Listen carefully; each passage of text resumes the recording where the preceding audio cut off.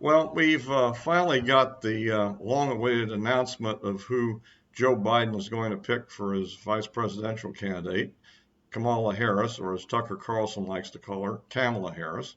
Um, and so that part of the race is on. Immediately, we were treated to a bunch of nonsense for her, in which she simultaneously blames Donald Trump for the COVID-19 pandemic, at the same time blames him for a bad economic situation currently, which of course seems incredibly paradoxical, given that in fact the Democrat governor's prescription for the dealing with the pandemic would be more damaging to the economy, and there's no indication that Joe Biden or Ms. Harris has any alternative ideas.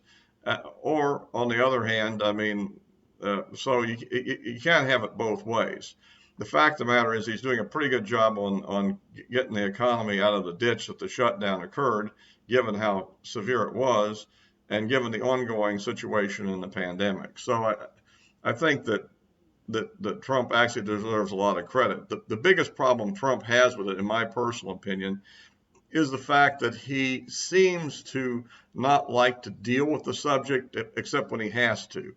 In other words, he rather than just go out and matter of factly deal with it during the period of June and July, he seemed to annoy it. Finally, in late July, early August, he finally gets back into doing these briefings, which in themselves are pretty good.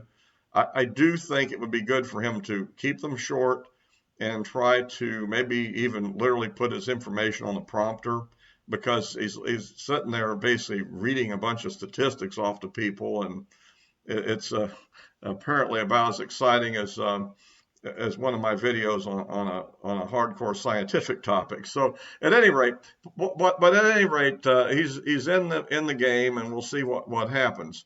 The latest polling data out from Rasmussen puts it as 49 for Biden, 43 for Trump, which of course is a drop down 3 points from the last poll from a week ago, which had it as a 3 point spread. If you look at the Real Clear average from the realclearpolitics.com, you'll have a range from 13 down from the GRU Politics Battleground poll to the 4% for the latest Harris X. So, and I think that the average is 7.5, and my general viewpoint is that it puts the Rasmussen numbers pretty much on track. And one of the interesting things about the Rasmussen internals, now I'm going now more from the approve disapprove, which today is 47 approve, 52 disapprove, which is kind of a mid-range number for him in that poll. And sometimes it gets a little higher to 49, even up to where he's ahead by one, and it gets down, to I think 44 is about the bottom in recent times, and I think that was back in the riot period and all that. One of the interesting things about Rasmussen internals has to be looked at, which is still surprising me, is the fact that one of the problems Trump seems to have is with Republicans. He's actually pulling over a fair number of Democrats, really, in the low 20s. He seems to be doing fairly good for Republican conservative with the minority populations, blacks and Hispanics.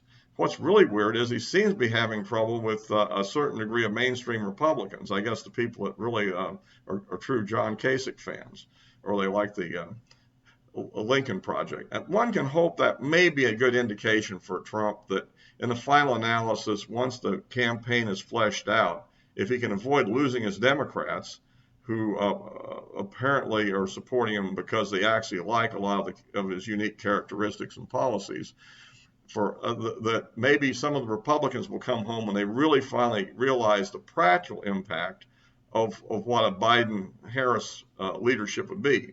Remember, over half the people in these polls actually don't believe Biden will finish his first term, and he sort of indicated he probably is going to be a one-term president at best from his point of view. And that means there's a fair chance we're going to be looking at Kamala Harris as president. And remember, she has been rated as the most liberal senator for the year 2019, and the least likely to cross the aisle to make a compromise with Republicans. So, unlike what the New York Times is trying to say, she is a very radical political figure and a very opportunistic one, if I may say so.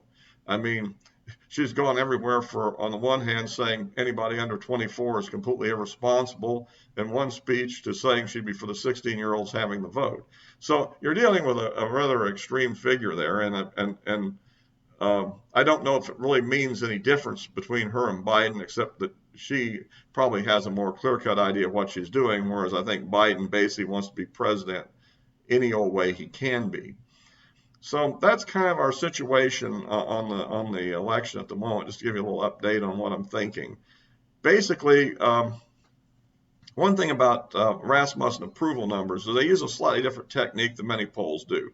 Some polls basically say, do you approve, disapprove, or undecided, like that, which makes you basically make the full jump to approve or disapprove. Whereas and a lot of the people will go undecided if they don't fit in that category. Rasmussen tends to force you into strongly approve, somewhat disapprove, strongly disapprove.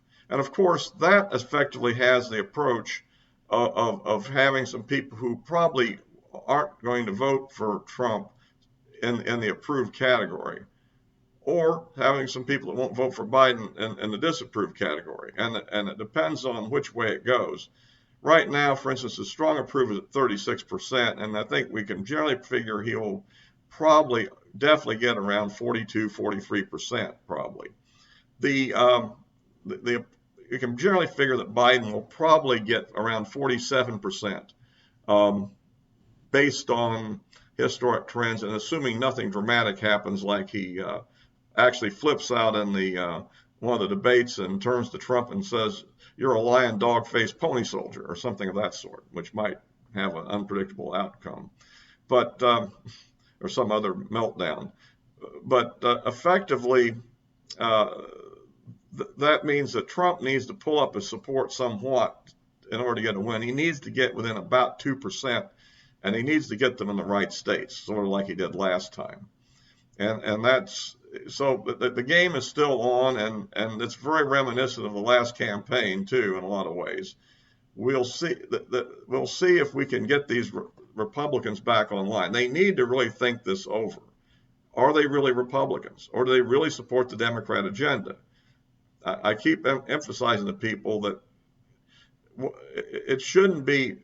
You have to really think of the consequences of this, not do you like this guy's personality or not.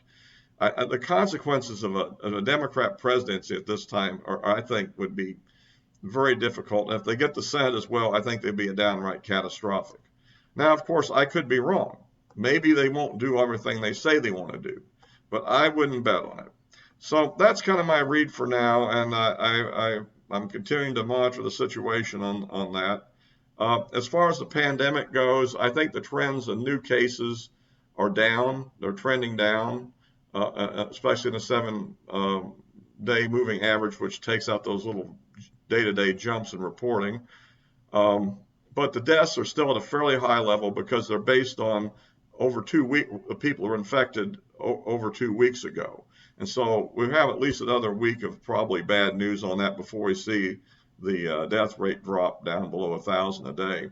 And but you have to remember again that the U.S. is doing very well compared to a lot of countries in Europe, such as the United Kingdom or and other countries. Some countries have come to a momentary pause, although the cases in Spain are starting to grow. We haven't seen fatalities grow there yet, which I don't know if that's a lack of reporting on their part or not. I think you're going to see something in the near future on that. So a lot of countries that seem to think that things have come to rest haven't really come to rest.